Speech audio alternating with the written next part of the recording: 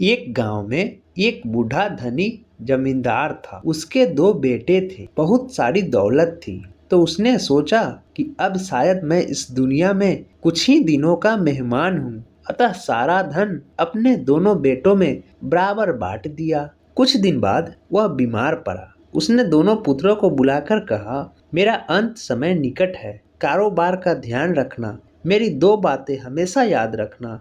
पहली, घर से जब काम पर जाना तो छाया में जाना और छाया में लौटना। दूसरी, जब कभी कठिन परिस्थिति में धन की जरूरत पड़े तो गांव के पास वाले मंदिर की चोटी में से ले लेना, पर वहां दिन ढलने के बाद और सूर्य छिपने से पहले ही जाना। यह कहकर जमींदार चल बसा। जमींदार के दोनों बेटे कारोबार देखने लगे। छोटा भाई होशियार था, उसने खूब तरक्की की और कुछ ही दिनों में धन कई गुना इकट्ठा कर लिया।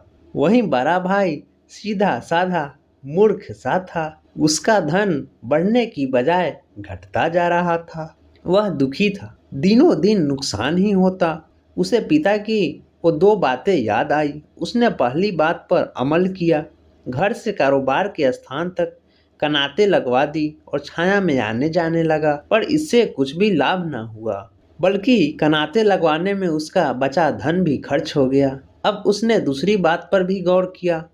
पिताजी ने कहा था, यदि धन की जरूरत पड़े तो मंदिर की चोटी से ले लेना। वह ठीक समय पर मंदिर के पास गया, पर बहुत देर तक सोचता ही रह गया कि मंदिर की चोटी में धन कहाँ से आया। वह निराश होकर घर लौट गया। छोटा भाई चतुर था, पर दिल का उदार था। वह बड़े भाई की परेशानी को समझ रहा था। वह उसके पास गया और बोला, पिताजी ने जो बातें कही थी उन्हीं में तुम्हारी सारी समस्या का समाधान छुपा है। बड़े भाई ने आश्चर्य से कहा, पर वह तो मैंने आजमाकर देख ली।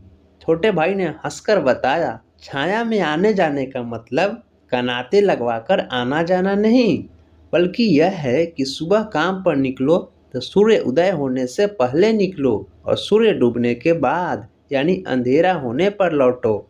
इससे तुम कारोबार को पूरा समय दे सकोगे और लाभ ही होगा।